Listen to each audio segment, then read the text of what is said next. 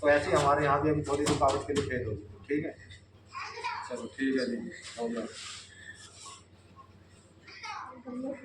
ओम शांति। तो बाबा क्या बातें बता रहे हैं, स्थापना, विनाश और पालना, और हमें लायक बना रहे हैं। बाबा कह रहे हैं तुम भारतवासी ही लायक बनते हो और कोई नहीं। हाँ, जो और धर्मों में कन्वर्ट हो गए हैं वह आ सकते हैं, फिर इसमें कन्वर्ट हो जाएंगे जैसे इसमें हुए थे। यह सारी नॉलेज तुम्हारी बुद्धि में है। मनुष्य को समझाना है यह पुरानी दुनिया अब बदलनी है, यह पुरानी दुनिया अब बदलती है। महाभारत लड़ाई में जरूर लगनी है। इस समय ही बाबा आकर राजयोग सिखलाते हैं। जो राजयोग सीखते हैं वह नई दुनिया में चले जाए, जो पढ़ेगा वही नई दुनिया वो आगे को बढ़ जाएगा। तो बाबा हमें कितनी बड़ी पढ़ाई पढ़ा रहे हैं, तो इस पढ़ाई को तो हर कोई पढ़ सकता है। बाबा कहते हैं तुम सबको समझा सकते हो कि ऊंच से ऊंच है भगवान, फिर कौन है भगवान से बाद में? ब्रह्मा विष्णु महेश। ऊंच से ऊंच भगवान, फिर ब्रह्मा विष्णु शंकर, फिर आओ यहाँ, फिर कहाँ हो?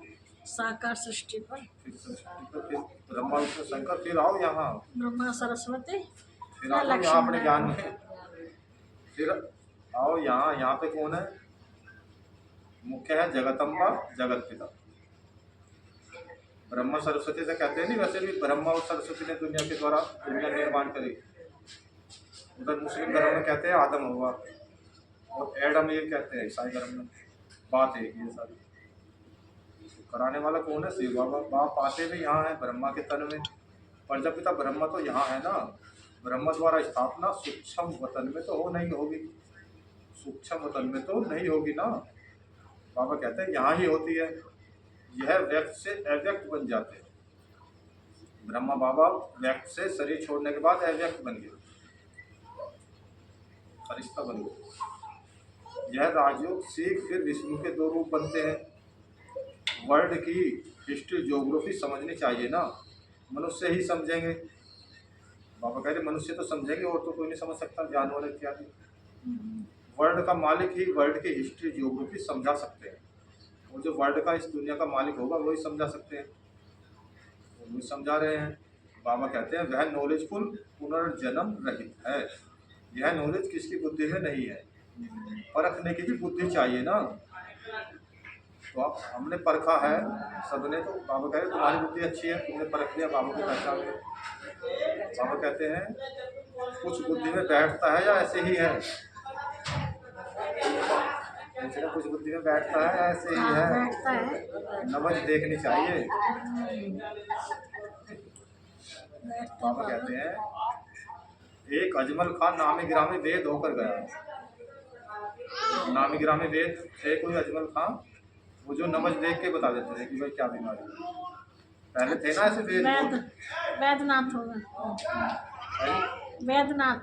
वेद कहते हैं देखने से ही उनको बीमारी का पता पड़ जाता था, और आजकल तो बहुत सारे टेस्ट हो गए जब जाके डॉक्टर दवाई देते हैं, जब भी समझ नहीं आता, तब भी समझ में नहीं आता, नई नई बीमारी आती है। क्योंकि आत्मा की बैटरी डाउन होगी ना, दुनिया भी तब प्रधान होगी, हर चीज तब प्रधानता पर जाती है। मेरे सिर में दर्द हो जाए ना कभी भैया, मैंने क्या बोला उसे, CT स्कैन 1600 रुपये में हुआ है, वो भी करा लिया, 6000 वाला भी करा लिया, लेकिन उन्हें पता नहीं चला क्यों हुआ सिर में दर्द। मैंने भी करा लिया, मेरा भी नहीं पता चला ना क्यों होता है, पता चलता हाँ टेंशन में ठीक ठाक सो रहा था, बीमारी नहीं आई, सब ठीक, जो बीमारी नहीं रिपोर्ट सब।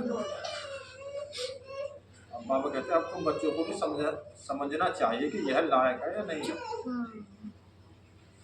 बीमारी। बाबा कहते हैं देखे से उनको बीमारी का पता पड़ जाता था।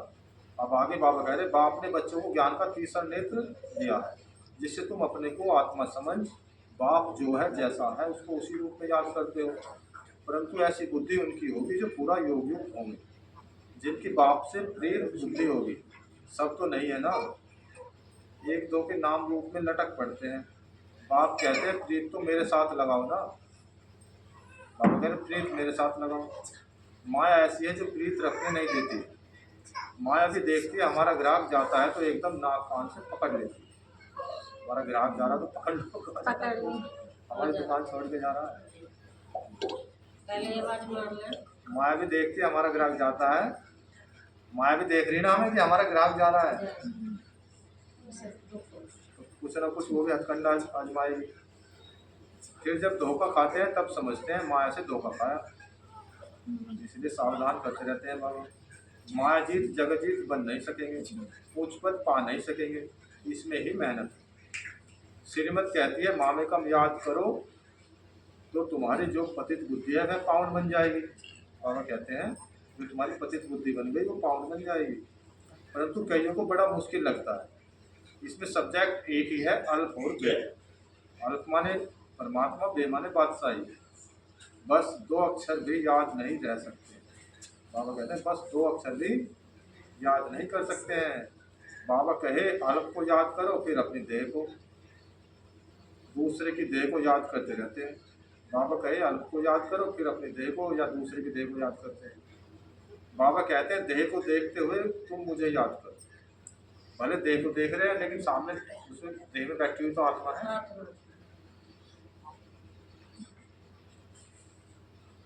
बाबा कहते हैं आत्मा को तीसरा नेत्र मिला है, मुझे देखने समझने का, उससे काम लो।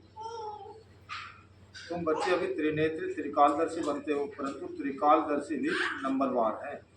नॉलेज धारण करना कोई मुश्किल नहीं है। बाबा कह रहे ज्ञान को धारण करना कोई मुश्किल बात थोड़ी है। बहुत ही अच्छा समझते हैं परंतु योग बल कम है। देही अभिमानी बना बहुत कम है। बाबा कह रहे ज्ञान तो बहुत सिंपल है लेकिन योग बल कम है। जितना योग बल होगा उतना धारणा होती जाएगी। थोड़ी बात में क्रोध गुस्सा आ जाता है, गिरते रहते हैं, उठते हैं गिरते हैं, आज उठे कल फिर गिर पड़ते हैं।